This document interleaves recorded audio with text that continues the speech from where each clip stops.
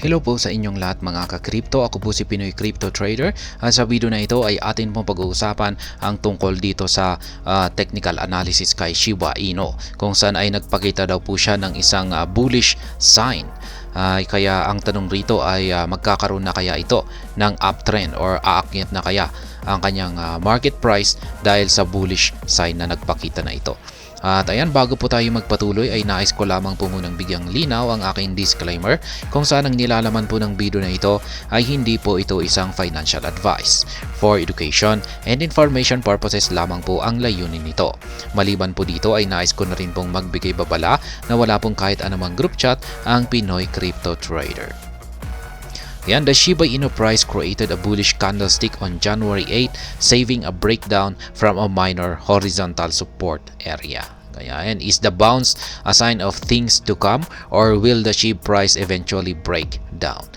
Kaya yan, itong nakalipas daw po na araw, January 8 po yan, ay bumuo po ng isang bullish candlestick itong si Shiba Inu. Nagpapakita po na mukhang dito na nagtatapos yung kanyang pagbagsak sa presyo.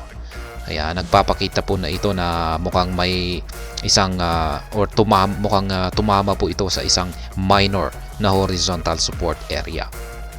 Kaya yan, ang tanong dito ay isa na nga ba itong sign or senyales na makaka-recover na sa presyo itong si Shiba Inu. Shiba Inu bounces at previous resistance. The technical analysis from the weekly time frame shows that the SHIB price had fallen under a descending resistance trend line since August 2022. The decrease led to a low of ilang zeros ba yun? 50 digits of 54 in June 2023. The price has increased since then. Kaya yan, nung mula pa raw nung August 2022, yan, nakalipas po yan na mga ilang taon, yan, 2 taon ay yan, tumama raw po yung market price ni Shiba Inu sa isang descending na resistance trend line. Ayan, at yan po ay bumagsak hanggang sa napakababang presyo na ito na 50 digits 54 noong June 2023. Yan, after several unsuccessful breakout attempts, SHIB finally moved above the descending resistance trend line in December. At the time, the trend line had existed for a little more than 480 days. Kaya yan, itong nakalipas na buwan ng December, last year po yan, ay sa wakas ay nabasag daw po ni Shiba Inu yung descending resistance trend line na ito. Kaya yan. While the price reached a high of 40 digits 11 after the breakout, it had fallen since last week. Last week, she validated the trend line as support, green before bouncing. Kaya yun, nabasag po niya yung trend resistance line na ito. Ayan, nang umakyat po siya dito sa 40 digits 11 ay nabasag po niya. Ngunit mula po nung nagawa niya itong basagin ay ito ay bumagsak. Ayan, para i-validate, ayan, or magkaroon ng correction sa nabasag na resistance kung saan ay ngayon po ay isa pong support line. Kaya yan, ito po yung chart dito. Nakikita po natin dito yung linya na yan. Yan, yung pababa. Yan po yung trend resistance line po yan. Ayan, 3 beses po niyang tinusok. Ayan, isa rito, pangalawa at pangatlo. Dito sa pang-apat ay nabasag na po siya. Kaya yan, ito lamang po yung mga ilang mga nakalipas na mga linggo, umakyat po siya rito, tapos bumagsak po siya para i-retest yung nabasag na trend resistance line na ito, kung saan ay ngayon ay nagsisilbon na po itong support line. Kaya pagkatapos po niyang i-retest ito ay ayan nga, mukhang magkakaroon na siya ng uptrend, aakyat na po siya. When evaluating market conditions, traders use the RSI as a momentum indicator to determine whether a market is overbought or oversold and whether to accumulate or sell an asset. Kaya yan, yung RSI po na indicator na ito ay marami pong gumagamit nito ng mga market analyst. Kasi nagpapakita po kasi ito ng signal na either overbought or oversold. Yan, kapag nasa overbought po sila, ay dito po magbebentahan. Ayan, dito po sila magbebentahan. Kapag oversold naman ay dito naman po sila bibili. Kaya Yan, ganyan lamang po kasimple yung RSI indicator na yan. If the RSI reading is above 50 and the trend is up, bulls still have an advantage. But if the reading is below 50, the opposite is true. The RSI is above 50, a sign of a bullish trend. Kaya yan po yung signal naman. Ginagamit na rin po itong indicator bilang bullish or bearish. Yan, para ma-identify yung market kung ito ay bullish or bearish. Kaya ang sabi po rito ay kung pag yung RSI levels ay nasa itaas ng 50 na level, ay uptrend pa rin ito, paakyat pa rin yung market. Pero kung pag below ay ayan, pabagsak naman po siya. Kaya ngayon ay nasa above 50 po yung signal ng RSI, kaya bullish trend po ang market price ni Shiba Inu. Shiba price prediction has the reversal begun. Ayan. Ito na nga ba ang ayan, aakyat na nga ba talaga ang market price ni Shiba Inu?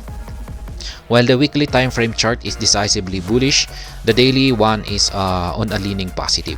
Kaya ayan, kung pag yung weekly chart daw po yung ating i-analyze, ay nagbibigay po ito ng bullish signal.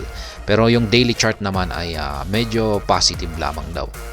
The price action shows that SHIB price has traded inside an ascending parallel channel since June 2022. The movement inside the channel led to December 17, 2023 high of 40 digits 119. However, this validated channel's resistance trend line and initiated the downward movement. During the decrease, the SHIB price fell below the channel's midline and the RSI fell below 50. However, the SHIB price created a bullish candlestick on January 8, moving above the minor support at 50 digits 92. Also, the Shiba Inu team announced that they burned more than 9 million SHIB tokens. Nevertheless, the trend can be considered bullish if SHIB does not close below 50 digits 92. Then the price can increase by 27% to the channel's resistance trend line at 40 digits 1, 2, 3. Kaya yan naman po yung dito pagdating naman po sa daily chart time frame ay ganito naman po yung kalagayan ni Shiba Inu. Nakikita po natin dito yan, yung red line na yan ay yung sabi po niya rito ay asan ba yung red line na yan? Ayan, red line. Nakikita po rito na ito po yung nag-initiate sa pagbagsak ng market price ni Shiba Inu. Kaya ayan, mula po rito ay yan nga, unang umabot po yung market price ni Shiba Inu rito ay bumagsak po siya. Pero parang mukhang may resistance kasi dito. Ayan, bumagsak po siya. Tapos yung green naman na ito ay ito naman po.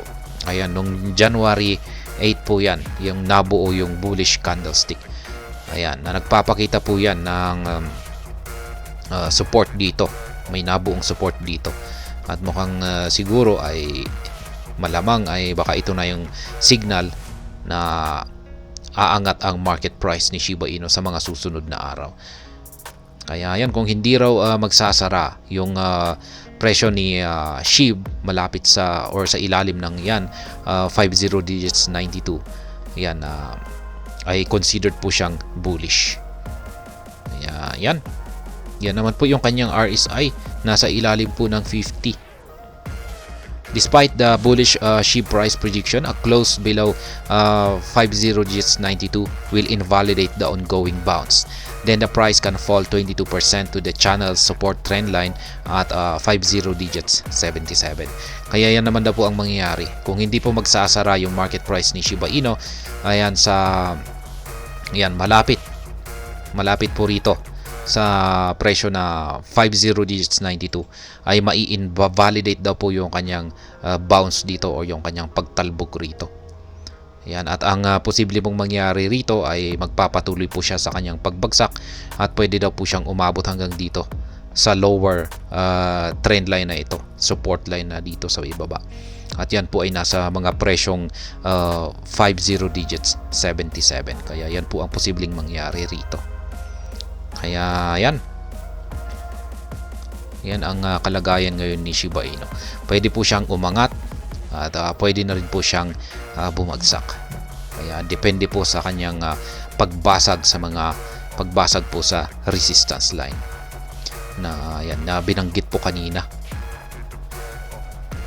Kaya yan, hanggang dito na lamang po tayo sa video na ito. Sana po ay inyong nagustuhan ang aking paliwanag dito. Kung inyo po itong nagustuhan ay pakiclick lamang po ang like button nito. Para naman po sa mga bago lamang dito, kayo po ay aking inaanyayahan para mag-subscribe. Pakiclick na rin po ang bell icon nito dahil ito po ang siya magsisilbing notification nito sa mga bago kong videos na akin pong ina-upload sa aking YouTube channel na ito.